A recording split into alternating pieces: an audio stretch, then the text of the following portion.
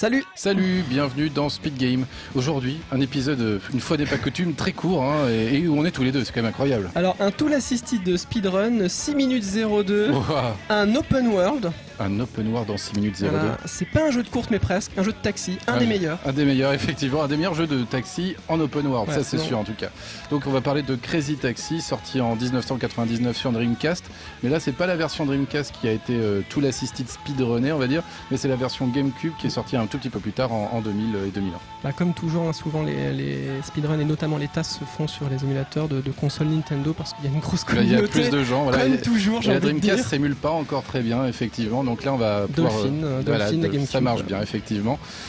Une run assez particulière parce que vous allez peut-être vous dire, mais ça démarre très vite. C'est pour ça qu'on va vous en parler un tout petit peu avant, parce que il n'y a pas vraiment de fin au jeu.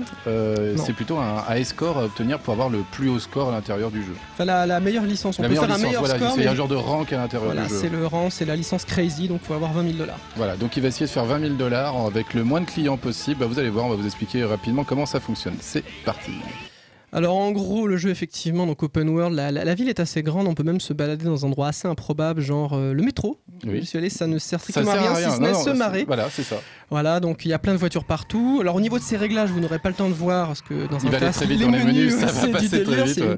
Donc en gros, c'est le niveau maximum de difficulté, à la fois au niveau du temps, donc il aura très peu de temps. Ouais. On commence avec un certain temps le jeu et donc lui, ça, vous allez voir, ça va tomber très très vite. Et il met un trafic maximum, donc comme ça, il y aura plein de véhicules, mais ça lui permettra de faire plus de points facilement. Voilà, parce que le principe du jeu, si vous n'avez jamais joué à Crazy Taxi ou si vous avez joué mais un tout petit peu, eh bien c'est de savoir qu'il faut ramener donc un client d'un point A à un point B, mais aussi, et ça c'est très important, c'est de faire des points en prenant des risques en fait, c'est ça. Hein. En étant un kéké, quoi. En faisant n'importe quoi. Donc il faut frôler les voitures, faire des drifts, et puis voilà, récupérer des clients. En fait, le client, il faut le savoir, dans ce jeu, il aime quand tu fais des trucs vraiment fous, quand tu frôles des voitures, et ça, eh bien il te le paye en te donnant un pourboire en fait plus gros à la fin de ta course. C'est le petit compteur que vous voyez monter, là il a fait 7,50 $ de plus sur cette course-là. Sachant que c'est en combo, donc plus vous prenez de risques et plus vous faites une chaîne de combos qui est longue, plus le pourboire est important. Et si vous avez un choc à un moment contre quoi que ce soit, ça coupe la chaîne. Voilà, c'est ça qui est complètement fou, c'est-à-dire que là il doit le faire. Là en fait, si vous avez l'impression qu'il touche une voiture, il ne le fait pas en fait, il les frôle toujours à chaque fois, de très très peu. Voilà, il y a le fait de sauter hein, qui vous fait gagner des combos. Même il s'arrête très très vite. Donc d'ailleurs, Jenna, il y a plusieurs caractéristiques entre les différents personnages, Axel, Billy Joe, Jenna, Gus. Et donc Jenna, tout simplement, c'est un véhicule assez léger qui a une bonne accélération, un bon freinage comme on dit, elle est bonne en stop and go. Donc pour partir de 0 à une vitesse correcte et pour s'arrêter. Et donc comme là c'est pas un jeu de course mais un jeu de taxi, on va quand même chercher les clients, les dépose. C'est surtout ça, voilà. Oh là là, la quantité de voitures qu'il y a à l'écran là. Maniabilité, ok, plutôt bonne aussi, qui va permettre de prendre des très bonnes trajectoires. Voilà, il va y avoir assez peu de techniques vraiment particulières aux tasses, c'est-à-dire qui sont en dehors de ce qu'un joueur classique pourrait faire, à part ce que l'on va voir un petit peu plus tard.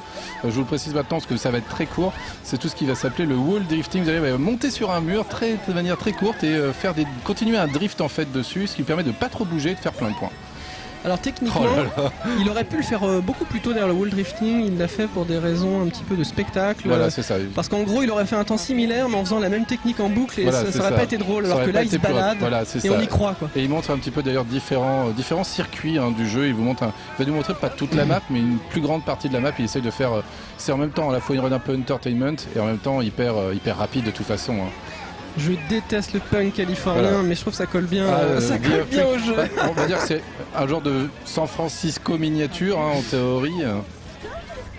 Mais là, c'est vrai que on sent je sais pas ce qu'ils ont pensé chez Sega à l'époque.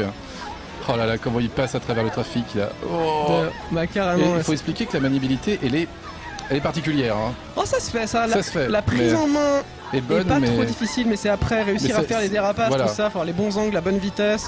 Faire les trucs subtils que le jeu te demande va demander un petit exercice, mais il y a un mode dans le jeu, hein, dans les modes en tout cas pas sur arcade, parce que c'est un jeu arcade quand même à l'origine, mais sur les consoles, eh bien, il y a un genre de tutoriel pour apprendre justement ces techniques pour faire des combos, et ce qui va vous permettre de gagner du temps au fur et à mesure. D'ailleurs le testeur hein, c'est Solarplex, on n'a pas dit son nom mais donc du coup on le salue. Voilà, cette run a été acceptée directement dans le Moon hein, sur TAS Vidéo, donc c'est une run de bonne qualité on va dire, il a été très bien accueilli par les tasers en général, ils ont trouvé ça très drôle et très, très nerveux en tout cas. Et puis c'est original comme tasse. La boucle de punk californien qu'ils ont mis, qui a dans le jeu, comme elle est très très courte.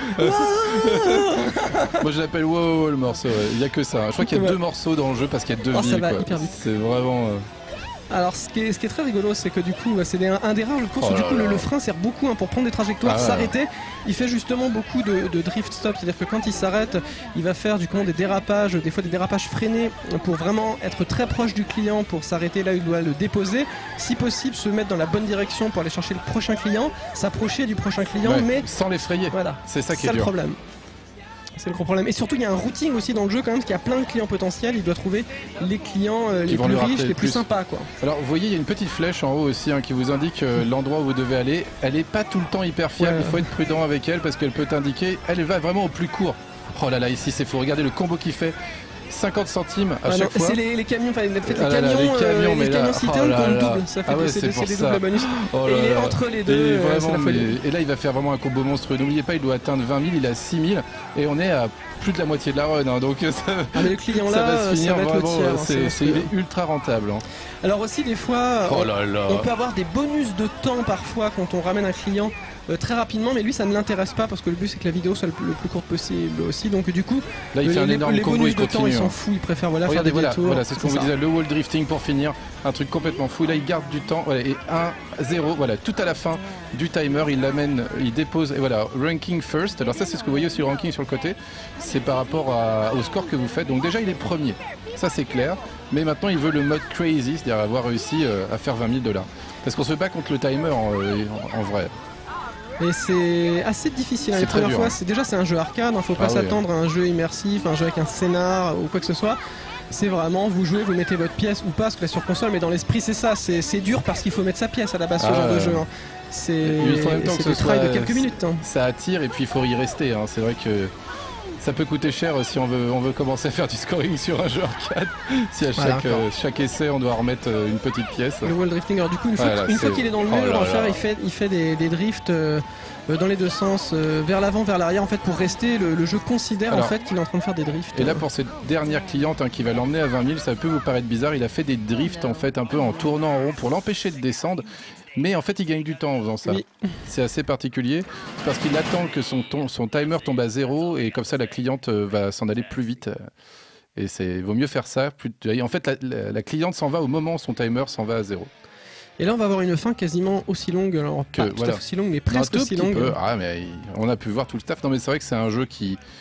Moi, je m'attendais pas à le voir en tasse, personnellement. Je connaissais le jeu, j'y ai joué en particulier sur... En arcade ou sur console qui avait joué ? J'ai joué sur Xbox, un petit peu sur arcade, mais très légèrement quand il était sorti, parce que je trouvais ça rigolo. Mais c'est vrai que je me disais, moi, il m'en bien les jeux de course. C'est un jeu de course. Enfin, un jeu de course en ville, tu vois, un peu rigolo. Mais je trouve que en fin de compte, en y ayant joué par la suite, je trouve que c'est plutôt un précurseur, ou du moins on a regardé, c'est sorti la même année que Tony Hawk.